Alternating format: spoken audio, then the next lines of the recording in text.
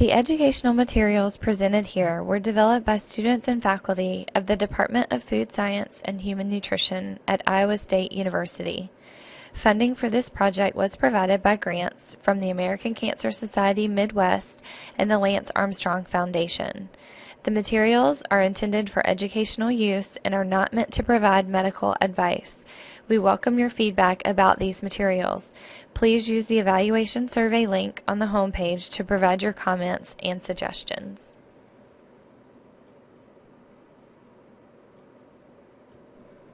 This presentation will examine the prevalence and implications of malnutrition in children afflicted with cancer, as well as intervention methods for health professionals. There are a few things in life that are as tragic and heartbreaking as a child diagnosed with a life-threatening illness. In the United States alone, approximately 10,400 children under the age of 15 were diagnosed with cancer in 2007, and approximately 1,545 of these children passed away from the disease. Although this makes cancer the leading cause of death by disease among children, advances in medical therapy and disease management have made long-term survival much more achievable.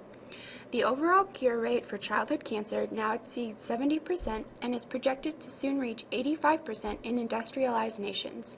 Therefore, major attention is being placed on reducing the side effects of therapy, such as malnutrition. Studies actually suggest that up to 46% of children with cancer experience malnutrition. Malnutrition is characterized by either a deficiency or an excess of energy with measurable adverse effects on clinical outcome. It's also really important to point out that while energy, meaning calories, is the key component of malnutrition, vitamin and mineral deficiencies also greatly contribute to overall malnutrition and health. Children with cancer are particularly vulnerable to malnutrition because they require additional nutrients in order to obtain proper growth and development and to fight off their disease. Before we take a look at the causes of malnutrition during childhood cancer and the corresponding side effects, I think it is important to understand how to assess the nutritional status of a child. There is currently no consensus on how to define malnutrition in children, but the most common practices involve plotting weight to height ratios. Weight and height are usually plotted on standardized growth charts. Once a child's placement has been determined on the growth chart, this number can be converted to what is known as a z-score. A z-score is a numerical summary of each child's placement relative to a reference population and are used to compare and assess data between different ages and genders. Once a z-score is determined, the child can be placed on what is known as a standard normal distribution graph. This graph puts the average variable that is being measured in the center of a chart. Any child whose height or weight z-score is more than 2 standard deviations greater or less than the mean is considered to have significant growth abnormalities. Thus, if the child fell 2 standard deviations below the mean, he or she would be considered to be malnourished. However, studies have shown that simple weight-height measurements are often inaccurate depending on the type of tumor, such as large solid tumors. Other practices include tracking voluntary food intake and comparing intake to the required or recommended guidelines. If the child were eating less than 70% of his or her estimated energy requirements, he or she would be considered malnourished. Another way is to take anthropometric measures of the tricep skin fold thickness to determine adipose or fat energy reserves. If less than the 5th percentile for age and sex, the patient would be considered malnourished. This is an example of a standardized growth chart. This is an example of a standard normal distribution graph. If a child were malnourished, the child's weight would fall 2 standard deviations below the mean, where the circle is drawn on this graph. All children are at a time of rapid growth and development, and because of this, it is important they receive enough calories and nutrients. For normal children not battling illness or disease, 4 to 8-year-olds need approximately 1,600 calories, 15 grams of protein, which is equal to about 2 eggs, and 800 milligrams of calcium, which is equivalent to 3 1-cup servings of low-fat milk. As children age, their calorie, protein, and calcium needs increase until they reach adulthood. Children undergoing treatment for cancer are also experiencing rapid growth and development, but they have an even higher need for nutrients because of an increased metabolic rate from fighting the disease. Both protein and energy needs are increased even more to prevent wasting or the loss of muscle.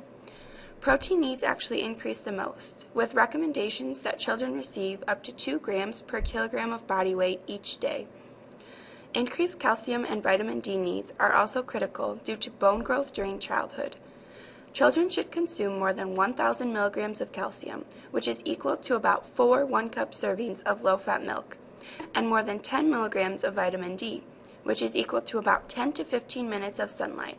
Each day, this will ensure that their bones will continue to grow during disease treatment. Calcium is needed to help the bones grow and remain strong, and vitamin D is required to ensure that calcium is absorbed. So what causes malnutrition during cancer? Malnutrition arises in children for one overall common reason: an inability to consume or digest food and nutrients. This inability to consume or digest foods has many underlying causes, but we will discuss 2 of the main ones today: the side effects of chemotherapy and other aggressive treatments, as well as the increased metabolic demands from the cancer itself. Most malnutrition occurs as a result of the intense cancer treatments such as chemotherapy. Chemotherapy kills rapidly dividing cells, and in effect damages cells lining the intestines. This makes the intestines unable to absorb nutrients and food.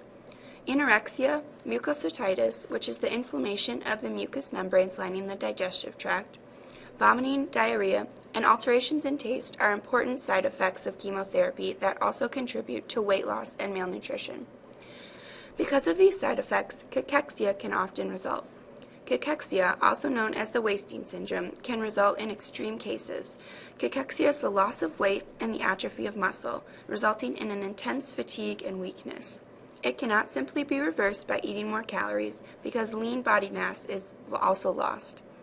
To avoid cancer cachexia, it is extremely important for children to eat enough protein and calories throughout the treatment. The type of cancer itself plays a role in malnutrition as well. In fact, it has been well documented that certain tumors and stages of diseases are associated with an increased risk for becoming undernourished. In a study conducted in 2011 by Bauer and others entitled Important Aspects of Nutrition in Children with Cancer, different types of cancers were compared and their corresponding risk for becoming undernourished were assessed. Overall, malnutrition was more prevalent in children with advanced solid tumors such as neuroblastoma, in aggressive tumors, and in tumors in the later stages of malignancy. Undernourishment was seen less frequently in children diagnosed with non-metastatic tumors and diagnoses with a more favorable prognosis. We will now turn our attention to the side effects and problems malnutrition causes during cancer treatment. There are many side effects that malnutrition causes during cancer treatment. However, we will focus on 3 key side effects: an increased treatment time, a decreased quality of life after survival, and a greater chance of becoming underweight or overweight later in life.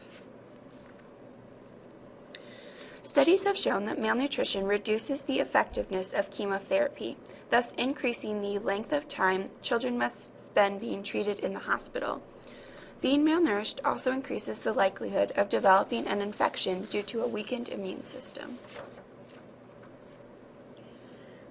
Malnutrition has also been proven to lower the overall quality of life and lower the chances of a patient's survival post-treatment. In children, undernourishment has a significant role in survival rate, especially in children with solid tumors and metastatic diseases, which are children at a high risk. Many studies have also shown that survivors of specific cancer types are more likely to cause a child to become underweight or overweight later in life if the child experienced malnutrition during treatment. Children diagnosed with soft tissue sarcoma, neuroblastoma, non-Hodgkin's lymphoma, brain tumors, male survivors of leukemia, non-amputated females with bone cancer, Wilms tumors, and survivors of Hodgkin's disease are more likely to be underweight later in life, whereas children diagnosed with acute lymphoblastic leukemia and those receiving cranial radiation therapy for brain tumors were at a higher risk of becoming overweight and even obese. The reasons behind these trends are still being researched. However, possible implications associated with being underweight include being malnourished while receiving total body irradiation, treatment with abdominal radiation, and being at a very young age when treatment begins. The use of erythrocyclines and actinomycin, which are powerful chemotherapy drugs, are also associated with becoming underweight later in life because they cause structural and functional injuries to the gastrointestinal tract, preventing an adequate oral intake even later in life. This chart gives an overall comparison of the short-term and long-term consequences of malnutrition during childhood cancer. The ones that we've already discussed are bolded, and some other important consequences include the wasting of muscle and fat mass, drug dose alterations, retardation of skeletal muscles, and even an increased risk for secondary cancers. So clearly, avoiding malnutrition during treatment is extremely important. We will now turn our focus to the nutritional interventions that can be used to avoid malnutrition. We will now turn our attention to the nutritional intervention methods most commonly used in a clinical setting.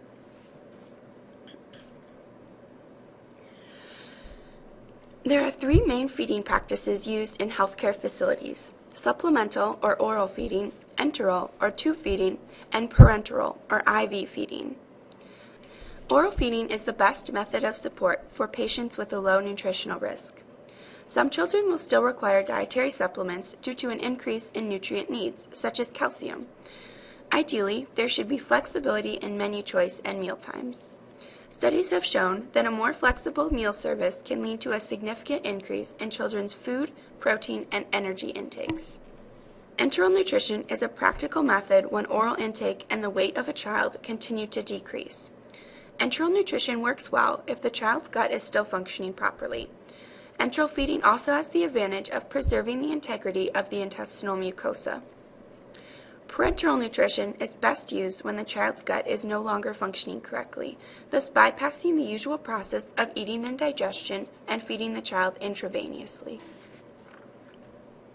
Research has indicated that when normal oral intake is not possible, enteral nutrition has more physiological benefits compared to parenteral nutrition, including the maintenance of the heightened activity of intestinal villi and brush border enzymes, better preservation of specific gut nutrients such as glutamine and short-chain fatty acids, and an upholding of the mucosal membrane surrounding the intestine.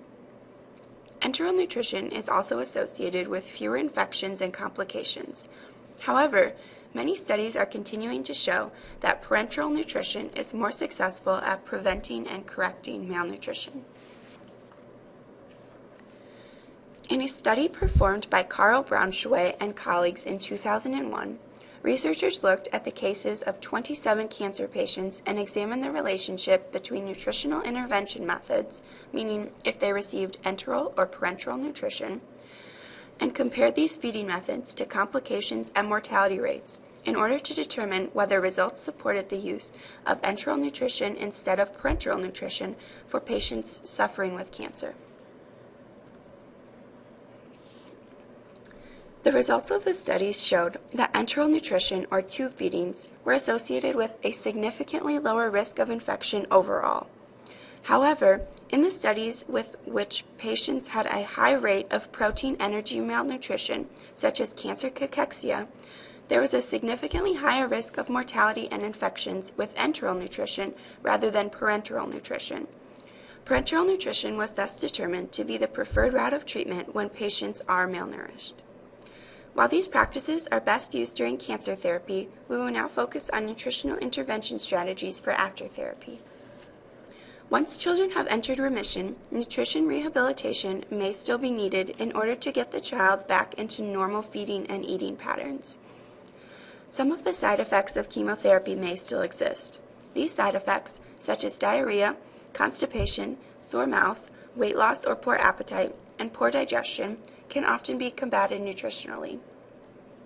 For instance, if a patient is suffering from diarrhea, kid-friendly foods that children would benefit from in this state include applesauce or other ripe fruits and vegetables, because these foods contain high amounts of pectin, a water-soluble fiber that can form a soothing coating in the intestines. Yogurt, because it contains beneficial bacteria to the gastrointestinal tract, and high-sodium soups and crackers, because this sodium helps the body retain water lost during diarrhea and helps prevent dehydration. There really can be a wide range of nutrient deficiencies, but there was a very recent study done that actually took a look at the diet of childhood cancer survivors in order to establish what nutrients they were deficient in. In a 2011 study entitled "The Dietary Intake After Treatment in Childhood Cancer Survivors," the diet of 50 childhood cancer survivors was assessed with a 3-day food diary recorded by their parents. This was done to see if there were any specific nutrients that childhood cancer survivors were lacking specifically.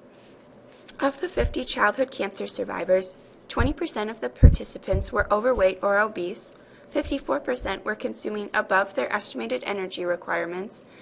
More specifically, the 3-day food diary revealed that 50% of children did not meet their requirements for folate, 32% of children did not meet their requirements for calcium, and 44% of children did not meet their requirements for iron. This chart shows the 3 main nutrients that childhood cancer survivors were deficient in: folate, calcium, and iron. This chart also compares their deficiencies to a normal children's diet. As you can see, both children diagnosed with cancer and normal healthy children are deficient in calcium, whereas childhood cancer survivors are also uniquely deficient in folate and iron. These nutrient deficiencies can have negative health implications later in life. So what can we conclude from the study? While this study showed that 32% of childhood cancer survivors are not meeting their requirements for calcium, other literature suggests that up to 68% of childhood cancer survivors are not meeting the guidelines for calcium intake. This population is at a greater risk of developing complications related to osteoporosis because their cancer treatments may have altered their bone metabolism, interfering with their ability to obtain peak bone mass during growth. While treatment greatly affects children's overall bone mineral density, it is a multifactorial process, and adequate calcium intake, especially in the form of dairy, as well as weight-bearing exercises, can help prevent complications such as osteoporosis and help kids obtain a peak bone mass. The 50% of children deficient in folate are also at risk for long-term health effects. Many studies have shown a direct link between decreased folic acid intake and increased levels of homocysteine accumulation. In the body, folate acts as a coenzyme and participates in several single carbon transfer reactions, such as the synthesis of components in DNA, RNA, and proteins. Homocysteine is an amino acid that, under normal conditions, is converted to methionine with the help of folate. Thus, when folate is lacking in the diet, homocysteine levels build up, which is not good. Increased levels of homocysteine are associated with increased risk of heart and blood vessel diseases such as arteriosclerosis and blood clots. Children should consume dark leafy green vegetables which are rich in folate to prevent this deficiency. Many fortified foods such as fortified cereals, breads, or pastas are good sources of folate as well. Iron deficiency can be very dangerous in children. Iron has several vital functions in the body, including carrying oxygen to the tissues from the lungs in the form of hemoglobin. The direct consequence of iron deficiency is iron deficiency anemia. Symptoms include fatigue, weakness, and hair loss. The best source of iron in any diet is red meat. However, sometimes it's hard for kids to eat a lot of red meat. Another alternative to this is to have children take a 1-a-day supplement that contains iron. Quality supplements should meet 100% or less of the RDA for that nutrient. So in conclusion, malnutrition should be avoided in children receiving cancer treatments.